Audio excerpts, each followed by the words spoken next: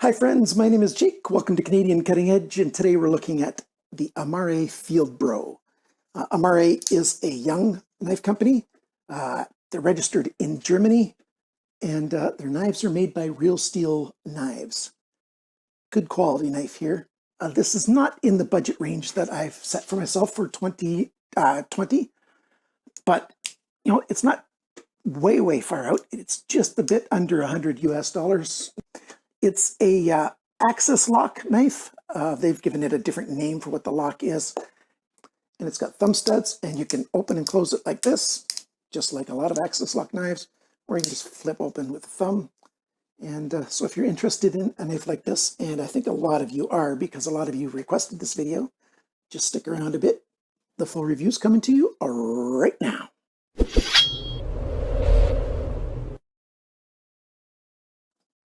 And let's do our size comparison stuff first. The Ontario Rat. Yeah, that's a bigger knife. If we line up the pivot pins a bit, it's definitely a bigger knife. I like it. It's quite nice.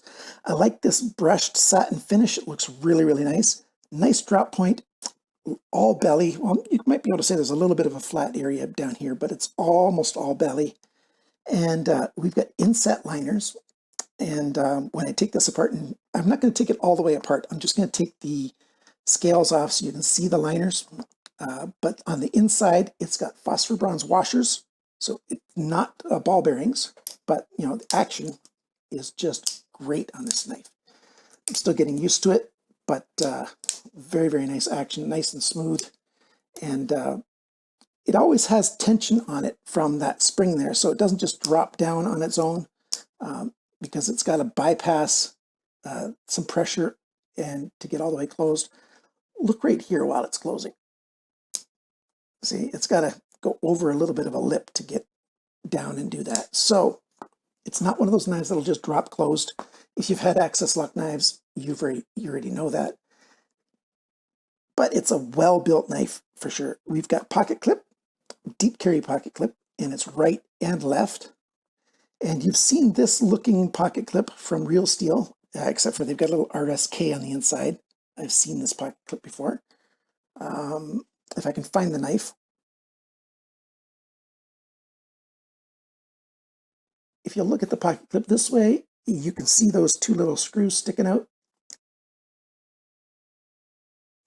I haven't had it yet catch on my pants when I go to put it in my pocket. They've always sunk right to the very bottom of the pocket clip. I would have preferred some flush screws on this, but you've got the choice for left-handed use. It's fully ambidextrous that way. The milling for the access here, it's done the same on both sides. It's genuinely ambidextrous. Oh, by the way, I did cut myself here, and that's because I was watching videos last night, and I was playing with the Harn's beak, that knife, and in this video that I was watching, suddenly they showed just a little bit of a snake, and then they showed a snake lunging straight at the camera and biting, and they put the sound effects and everything on, and I ended up going snip, and I snipped into my thumb right there. Not very long, but it's fairly deep. You have the beak of that knife. Well, it's going to be better by the end of today. I don't think I'll need it anymore. The Band-Aid, that is. Back to this knife. We've got a nice plunge in there. They don't have a sharpener's choil per se, but they do have a sharpener's section cut out, so that when you go to sharpen this knife, you're not going to get into the plunge. I actually prefer this a lot. VG10 is written on the blade right there, on the ricasso. And on this side, on the ricasso, it says 161. This is the 161st one that they made. And right here it says Amare Knives. And that's all the writing on the knives. I like that it's nice and small and discreet. I prefer that. The Amare logo of a dragonfly is milled into the handle here. On both sides the same. And you've got that texture and a checker pattern here. It's actually nice and grippy. It's grippier than most G10 is, but it's only grippy where you want it to be. Nice long lanyard hole here. I like that. The only thing I would like different about that is maybe if it was inset, if the G10 would come in a little bit. We've got three pins here, the body screws. They've all got that hourglass shape in there.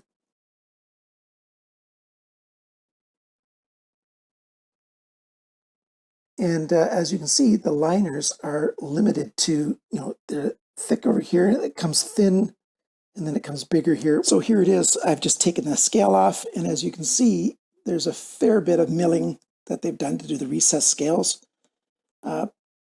So I guess that's weight reduction, and that little bit of steel on both sides. There's the Omni spring. I'm not going to take it all the way apart, but I can easily see the phosphor bronze washers in there, and it looks like they've got phosphor bronze washers and another very thin Teflon type or maybe a nylon type washer as well, because the action is actually very smooth. T6 screws and T8 for the pivot pin, and it's non-free spinning because you can see there it's can't be. So that's how the structure is made. The locking mechanism is very good. So the access lock post comes well over the edge of the tang of the blade here. It's about 1/8 of an inch, about 2.5, maybe 3 millimeters of coverage that it rides over. So when it's locked like this, it is rock solid. I did with some wood. I smacked on the back of the spine of the blade. Didn't move at all, didn't come loose. There's nothing loose. There's no blade play side to side, up and down. Lockup is very, very nice indeed. So I like that. You've got a little bit of the liners showing right here with some jimping on it to give you a little bit extra grip right there. And this cutaway here for the first choil is very good.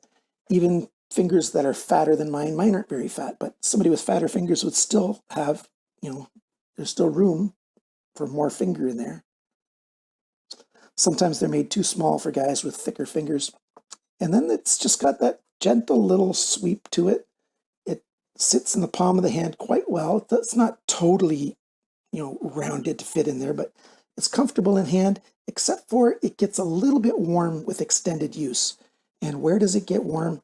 Well, it gets warm a little bit in here. And although it's chamfered, those are sharp chamfers. So I wish it had a softer, more rounding on the G10 here. Kind of like what this knife has. The Ontario Rat is rounded right here. I really like that roundedness on the edges. The blade stays its full thickness about halfway, and then it really slowly starts to taper, and then in the last 3/4 of an inch, it starts to taper a little bit more quickly to the tip. So it's not a really strong tip in terms of you're not going to stab it into some hard piece of wood and pry with it. You got a good chance of damaging the tip if you do that. Of course, knives aren't designed for that anyways, but we all tend to do it at one time or another, don't we? And we learn the lesson the hard way sometimes. Like I said, VG10 steel, that's got a Rockwell 6061. Let's go over the dimensions and sizes and all that stuff. First thing I want to say is factory sharpness on this guy, 140. 200 and less is considered sharp, so this is quite sharp from the factory. The weight of the knife, 94 grams, 3.3 ounces, so it is a light knife. The cutting edge length, 8.03 centimeters, 3.16 inches. The blade length, so tip to the closest spot on the handle, 8.24 centimeters, that's 3.24 inches. The thickness of the blade, 3.03 millimeters, 0.119 of an inch. So just a tiniest hair under 1/8 of an inch thick is what they started with. The blade depth, that's this dimension right where my fingers are, 2.44 centimeters, that's 0.96 of an inch. The thickness of the edge behind the grind, and I do it right at that same spot right there, about 1 inch up from the heel of the blade. This is 0.4 millimeters, that's 0.0155 of an inch, so 15.5 thousandths of an inch behind that grind. It's another reason why this thing is just a wonderful slicer. The grind angles, 17.7 degrees on one side, 19.5 degrees on the other side. VG10, I'd probably sharpen this to about 18 degrees per side. The handle now, the handle length, 11.21 centimeters, that's 4.41 inches. Grip area, it's about 9.4 centimeters, about 3.7 inches, so it's generous enough in the handle. The thickness of the handle is 1.22 centimeters, which is 0.48 of an inch, so just under half an inch. The widest spot on the grip here is 2.66 centimeters, 1.05 inches. And when you close the mouth, close the knife, it's 2.99 centimeters, 1.18 inches. Total length of the knife when the blade is deployed is 19.5 centimeters, which is 7.68 inches. So there's the dimensions. How about the price for this knife? Remember, it's made by Real Steel Knives, and it's got, medium to higher end steel. It's got a price, you can get it directly from Amare, and that's for Europeans. It's 92 point something euros. That's including the VAT, all your taxes and everything. In United States, the only place I only found a couple places that have this. Atlantic Knife has it for $96.50. And in Canada, Warriors and Wonders, also known as Blades Canada, they've got it in stock for $121.99. With that, if you consider the exchange rate, this is the exception to the rule. This knife is cheaper for Canadians to buy than it is for people in the United States. So if you're in Canada and you want to buy this knife, the lowest price I found anywhere is Warriors and Wonders. Now, White Mountain Knives might be getting this knife in. I haven't got an answer back from Justin yet, but he does have some Amare knives, and this is very new. So his next shipment from Amare is probably going to have this. And then, his price usually matches the lower prices that you can find anywhere, minus 10% when you use coupon code CCE for Canadian Cutting Edge. So if you're not yet ready for this, maybe you want to do it that way. If you're a member of Drop, formerly called Mass Drop, they had this knife a month and a half ago. I forget the exact price, but something tells me it was better priced than any of these prices here.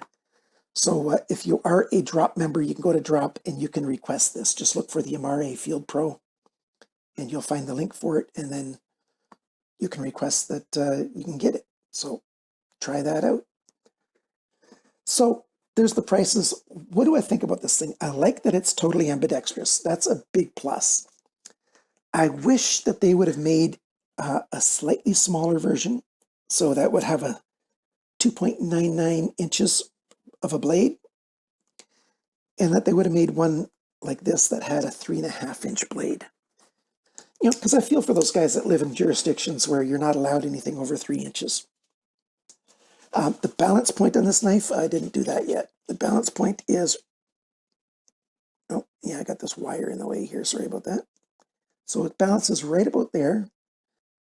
Pocket clip works good, although I prefer, recessed pocket clip screws, which I always say anyways. When I actually use it, the pocket clip doesn't bother at all. It goes full depth. Here, let's demonstrate that. And I am very sorry about the jumping back and forth in this video. I get used to making videos when I'm doing like 5 a week. And then now when it's like 2 a week, I just don't have that rhythm. I'm just not as smooth with all my transitions. Sorry. So this knife, it climbs over the lip of the pocket very easily and just goes full depth right away. And so as you can see, it totally hides behind the pocket, and the clip is nice and small, and I like that. This is a strong knife. When I tested the lock, it cuts very well because it's nice and thin behind the grind. It's got a good hard steel, comes with a sharp edge, and it's not going to be that hard to sharpen. Little extra grip here. I'm just summarizing now. This is a wonderful cutting knife. If you're looking for a good EDC choice, this guy just ticks all the boxes for me, and it's fun. Benchmade was pretty smart when they made this lock. And for maybe not everybody's aware, but Benchmade's patent on this lock style expired a couple years ago. So it's totally legit for Amare to have this kind of lock. So there you go. What do you think of this knife? Please leave a comment down below about this knife or about the video. If you've got any questions, I tried to answer them. I must apologize. I checked my YouTube separates out comments that it thinks maybe don't belong, or maybe there's something wrong with the comment if they think there's a link in it, or if there is a link in it. But even if they just think there's a link in it, it's going to get put into a holding pattern. And I forgot to check mine for the last month. And so I had about 50 comments that I hadn't noticed. So there was about 50 comments there waiting for me to approve them. And sorry about that, guys. I do read the comments, but I forgot to check those. And all I can say is I'm sorry. I'll try harder from here on out. But you can leave a comment, or you can email me at canadiancuttingedge@gmail.com. If you want a question and I haven't answered it, go ahead and email me. Or if you just want to talk about stuff more than just what you can in a comment section, go ahead and email me. I really like this knife. It's fun to flip. It looks good. It's sturdy and strong with very, very few cons. Thank you so much for watching. Thanks for liking, sharing, commenting, and subscribing. And remember, friends, always cut towards your chum, not your thumb. Bye for now.